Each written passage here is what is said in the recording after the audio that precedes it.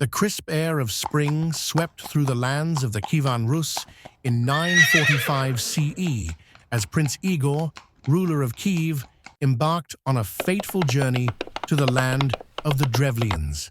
The Drevlians, a neighboring Slavic tribe, had been under Igor's dominion, paying him tribute in exchange for protection. But tensions simmered beneath the surface as they resented the heavy hand of his rule. Riding at the head of a small entourage, Igor traversed the dense forests and rolling fields, unaware of the betrayal waiting for him. His destination was Iskorostan, the Drevlians' capital, where he intended to collect additional taxes, a demand that would prove fatal. When Igor arrived, he was greeted with forced smiles and reluctant hospitality. The Drevlians begrudgingly handed over their tribute, but bristled at the idea of paying more. When Igor, unsatisfied, demanded another round of payment, their patience snapped. The Drevlians ambushed Igor and his men as they prepared to leave. Overwhelmed and outnumbered, his small force stood no chance. The Drevlians captured Igor, binding him tightly. Then, in a horrifying display of cruelty, they tied him to two bent birch trees. With the signal given, the trees were released, snapping back to their natural position and tearing Igor apart. His lifeless body was left as a gruesome warning, a message to Kyiv that the Drevlians would no longer submit to its rule. When news of Igor's death reached Kyiv, his young widow Olga was overcome with grief. But her sorrow quickly hardened into something far more dangerous, a cold, unrelenting fury. As the regent for her young son Sviatoslav, Olga was now the sole ruler of the Kyivan Rus, and the Drevlians believed her to be weak and easily manipulated.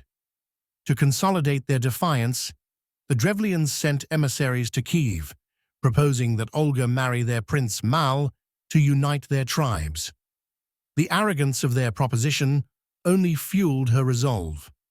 Olga accepted the Drevlians' messengers into her court with a deceptive smile, setting the stage for one of history's most calculated and brutal acts of revenge.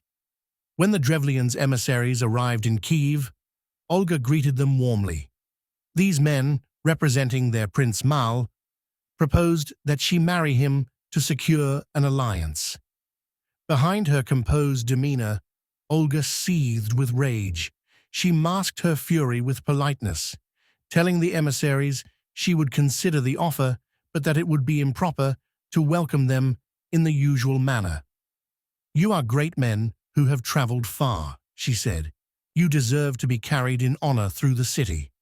She ordered her servants to dig a massive pit overnight. The next day, the Drevlians were carried in their boats to the supposed meeting site. As they arrived and stepped onto the ground, they were pushed into the pit.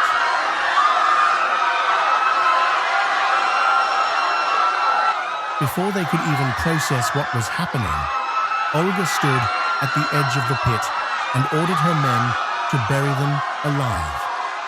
The earth consumed the Drevlians as their screams echoed through the air. This, however, was only the beginning of her vengeance. Having wiped out the first delegation, Olga sent word to the Drevlians that she accepted their proposal and requested they send their most distinguished nobles to Kyiv to finalize the marriage arrangement. Oblivious to the fate of their previous delegation, the Drevlians complied, dispatching another group of their leaders. Upon their arrival, Olga welcomed them with lavish hospitality. She told the nobles they should refresh themselves after their long journey. "I have prepared a bathhouse for you," she said with a smile. The nobles, unsuspecting of her true intentions, entered the wooden bathhouse to relax. Once they were inside, Olga had her men lock the doors and set the building ablaze. Flames engulfed the structure, and the nobles were burned alive.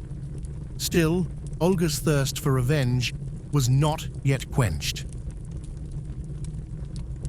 Now Olga turned her attention to Prince Mal and the remaining Drevlians in their capital, Iskorostan. Pretending to accept Mal's proposal of marriage, she sent him a message requesting a grand feast to celebrate their union. Believing they had won her over, Mal and the Drevlians prepared a massive banquet in her honor. Olga arrived in Iskorostan with a small entourage. She participated in the feast, watching as the Drevlians drank themselves into a stupor. When the time was right, she gave a subtle signal to her men.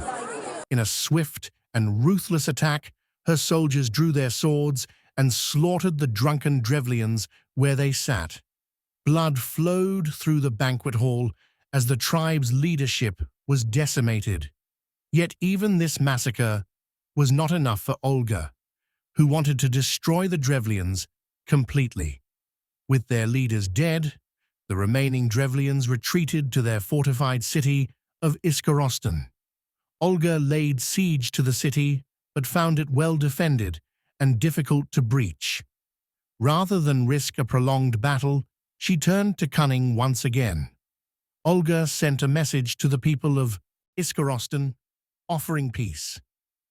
"I have avenged my husband," she wrote. "I no longer wish to destroy you. To show your submission, all I ask is a small tribute, 3 pigeons and 3 sparrows from each household." The Drevlians, desperate for an end to the siege, complied. They sent the birds as requested, believing that Olga had finally forgiven them. That night, Olga revealed her final, most devastating act of revenge. She ordered her soldiers to tie sulfur-soaked cloth to the birds and set them alight. The birds were released, and they flew back to their nests in the thatched roofs of the city. In moments, Iskorostan was engulfed in flames. The fire spread uncontrollably, destroying homes and killing countless people. As the city burned, Olga's forces stormed the ruins, killing the survivors and enslaving the rest. The Drevlians were utterly crushed, their tribe annihilated, and their legacy erased.